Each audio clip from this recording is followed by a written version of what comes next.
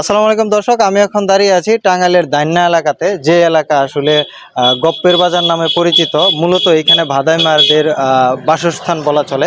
এইখানেই মূলত আহসান আলী ভাদাইমা, যিনি ভাদাইমার মূল শুরু, সেই জায়গাটিতে চলে আসছে। এবং তারপরে উনার সাথেই যিনি ছিলেন রবি চিঙ্গু, উনি আজকে চলে গেছেন পৃথিবী ছেড়ে। তো এইখানে উনাদেরকে নিয়ে যারা কাজ করতেন, যারা হচ্ছে তাদেরকে গড়ার কারিগর বলা যায়, যে পরিচালক যিনি, সেই শরীফ ভাই আছেন আমার সাথে। এবং বর্তমান সময়ের খুবই প্রতিভাবান একজন ভাদাইমা ক্যারেক্টার বলা চলে, মডার্ন ভাদাইমা, উনিও আছে আমার সাথে। তো আমি একটু ওনাদের কাছ থেকে জানবো যে ওনাদের সাথে রবি চিঙ্গুর স্মৃতিচারণ, এবং পরবর্তীতে বাংলাদেশে ওনাদের মতো আসলে কমেডিয়ান, ওনাদের মতো কৌতুক শিল্পী আরও আসবে কিনা, সেই বিষয়টা জানার জন্যই আমি টাঙ্গাইল চলে আসছি। ওনাদের মুখ থেকেই সরাসরি শুনবো, ওনাদের সাথে কথা হবে। এবং রবি চিঙ্গুর পারিবারিক অবস্থা এবং ওনার শেষ পরিণতি আসলে কিভাবে ঘটে, সবকিছুই বিস্তারিত আপনাদেরকে জানানো হবে।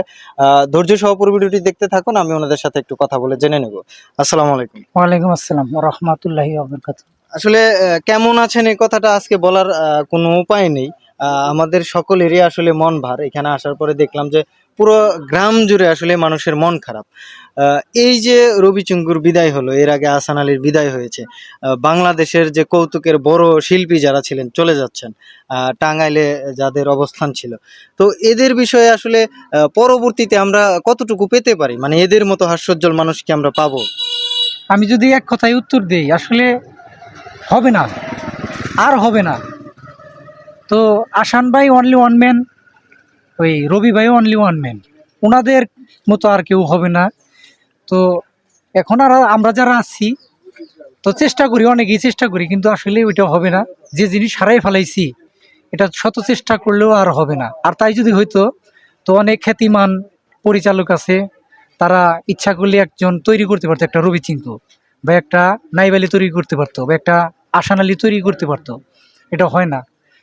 আমি শরীফ, আমি শরীফই, তোফাজ্জল ভাই তোফাজ্জল ভাই। আসলে এটা কোনোদিন হয় না। আর এইটা সারা জীবন অপূর্ণতা থাইকেই যাব। এইটার পূরণ করার মতো আর কোনো ব্যক্তি আমি দেখতেছি না। আচ্ছা, ওনারা যখন প্রথম শুরুটা করে, এই যে রবি চিঙ্গু, তারপরে হচ্ছে ভাদাইমা, এই যে ক্যারেক্টারগুলো যে আসে, শুরুর দিকটা আসলে কেমন ছিল, মানে কিভাবে শুরুটা করলেন আপনি তো শুরুটা, তাদের পরিচালক? হ্যাঁ, শুরুটা ইতিমধ্যে আমি এর আগেও বলেছি। শুরুটা হয়েছিল 2004 সাল, 2004 সালের মাঝামাঝিতে। ওই সময় এলো এই দান্যার, এটা হলো সংযাত্রা, যেমন হচ্ছে তোফাজ্জল ভাইয়ের বাড়ি, এটা হলো বড় বাসালিয়া।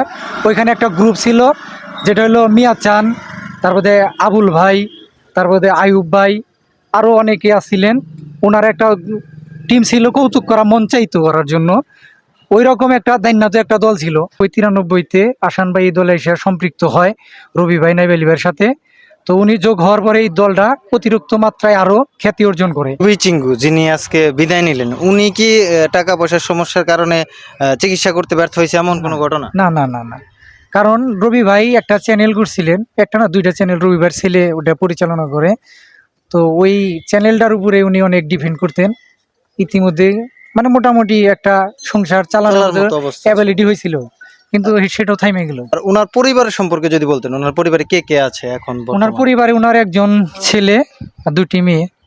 এই তো মেয়ে দুটো বিয়ে হয়ে গেছে, ছেলেটা এই তো অনার্স 3rd ইয়ার। এখন আপনি আমাকে একটু বলবেন যে সেই যে ভাদাইমা, সেই পুরোনো দিনের যে ভাদাইমা আমরা যাদেরকে জানতাম, যেমন এই রবি চিঙ্গু ছিলেন, তো আপনারাও তো একটা ভাদাইমা ক্যারেক্টার প্লে করতেছেন বর্তমান সময়ে ইউটিউব ফেসবুকের যুগে। তো আপনাদের সাথে ওনাদের তফাৎ কতটুকু বলে মনে করেন? আসলে ভাইজান, এটা এই বর্তমান থেকে নয়, আমরা অতীত থেকেই এই জগতে সম্পৃক্ত। কারণ আমি ছোটবেলা থেকেই এই সংযাত্রা কিংবা কৌতুক হিসাবে যেটা এখন পরিচিত পেয়েছে সারা ওয়ার্ল্ডে, আমি এটার সাথে আগে থেকেই সম্পৃক্ত। এবং মোটামুটি যখন আমার একটু বয়স হলো, তখন রবি কাকা, তারপরে আহসান কাকা, তারপর এই যে ভাইজান আছে, আরও কলা কৌশলী আরও যারা আছে, আমি এদের সাথে প্রায় 4 বছর 4.5 বছর এদের সাথে কাজ করছি। বর্তমান আজকের যে মনের যে অবস্থা, তারপর আসলে আজকে ওই ধরনের কোনো কথা বলার মতন হয়তোবা মন মানসিকতা ওই রকম নাই। সো তারপরেও একটি কথা বলি, তাদের সাথে আমি অনেক দিন সঙ্গ করেছি, বর্তমানেও সঙ্গ আমাদের ছিল। হয়তোবা ওনার বাড়ি এখানে, আমার বাড়ি এখান থেকে হয়তোবা 5-7 কিলো দূর হবে, দূরন্ত হবে। তে আসলে আবেগপ্রবল হিসাব আজকে বলতে গেলে বলা চলে, যেমন 2 বছর আগে আহসান কাকাকে হারিয়ে ফেললাম, আজকে রবি কাকাকে হারিয়ে ফেললাম। তারপর আমাদের ওইখানেও আরো আমাদের যারা সিনিয়র ব্যক্তিবর্গ ছিল, যেমন আবুল ভাই, তারপরে মুজিবর ভাই, তারপরে আসিল আমাদের এই কোরআন কাকা ছিল। যেরকম সিনিয়র পার্সন আস্তে আস্তে ধরতে গেলে এখন সিনিয়র পার্সন হিসাবে ওইরকম ভাবে একমাত্র নাইব ভাই আছে, তাই না? জি, একমাত্র নাইব আলী ভাই আমাদের মাঝে আছে। তো আসলে এদেরকে হারিয়ে আমাদের লাইফে অনেক কিছুই কমতি পড়ে গেল, কারণ এরা ছিল আমাদের গুরুজন। হয়তোবা আমরা তাদের সাথে যখন কাজ করেছি, অভিজ্ঞতা অর্জন করেছি, এবং তাদের সাথে কাজ না করলেও তাদের কাজ যখন আমরা দেখেছি তারপরে কিন্তু আমাদের একটা অভিজ্ঞতা হয়েছে। তো তাদেরকে আজকে হারিয়ে ফেললাম। তো সবার কাছে আমি একটি রিকোয়েস্ট বলবো, আজকের কথা আমি লং করতে চাইতেছি না। আমাদের অ্যালবাম যারা দেখেন, রবি কাকাকে দেখেছেন, আহসান কাকাকে দেখেছেন, তো সারা ওয়ার্ল্ডের মানুষের কাছে আমার একটাই আকুল আবেদন, সেটা হলো যে তারা মৃত্যুবরণ করেছে। পৃথিবীতেও যেরকম ভালো মানুষ ছিল মানুষের কাছে, এবং তারা পরপরে গিয়েও যেন আল্লাহ তাআলার কাছে ভালো থাকে এবং তারা ভালো অবস্থানে থাকে।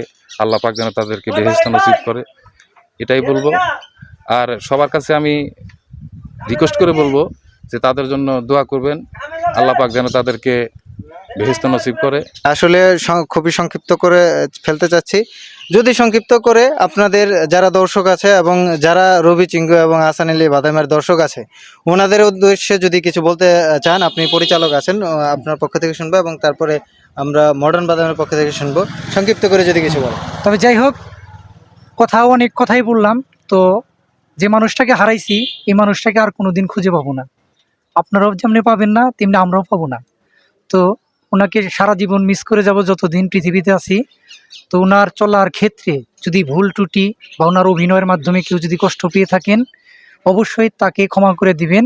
তার পক্ষ থেকে আমি মাপ চেয়ে নিছি, সবার কাছে হাত জোর করে বলছি, তাকে মাপ করে দিবেন।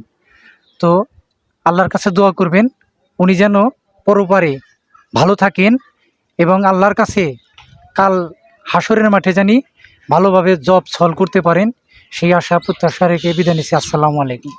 জি, আসলে আমি ভাইয়ের সাথে একমত, শরীফ ভাইয়ের সাথে একমত, কারণ যাদেরকে হারিয়ে ফেলেছি তাদেরকে আর পাওয়ার নয়। তো এই সারা ওয়ার্ল্ডের মানুষের কাছে আমার একটি আকুল আবেদন যে তারা আমাদের মাঝ থেকে চলে গিয়েছে, মৃত্যুর স্বাদ সবারই গ্রহণ করতে হবে, এটা কনফার্ম। কারণ মানুষ জন্ম নিলে তার মৃত্যু হবে, এটাই চিরন্তন বাস্তব সত্য কথা। তো তারপরেও আমি আসলে সবার কাছেই একটি কথা বারবার বলবো যে তাদের জন্য দোয়া করবেন, এবং তারা যেহেতু আমাদের মাঝ থেকে চলে গিয়েছে, তাদের দোয়া, আপনাদের দোয়া আশীর্বাদ তাদের জন্য একান্তই খুবই একটা গুরুত্বপূর্ণ বিষয়। কারণ আমরা যেটুক অত্যন্ত ভালো মনের মানুষ হিসাবে চিনি, আপনারা তাদেরকে ওইরকমভাবেই চিনেন। যে তার জন্য যে যেখানে আছেন সেখান থেকেই আল্লাহ তাআলার কাছে একটু দোয়া রাখবেন, সে যেন কবরবাসী হয়েছে ওখানেও যেন ভালো থাকে এবং ভালোভাবে তার সৃষ্টিকর্তা রাখে। তো আসলে আজকের মতো এই কথা বলেই আমি বিদায় নিচ্ছি।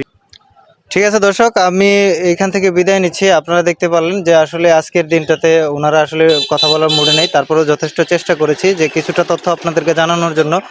সকলে ভালো থাকবেন, সুস্থ থাকবেন, ভালো কাজের সাথে থাকবেন। আল্লাহ হাফেজ।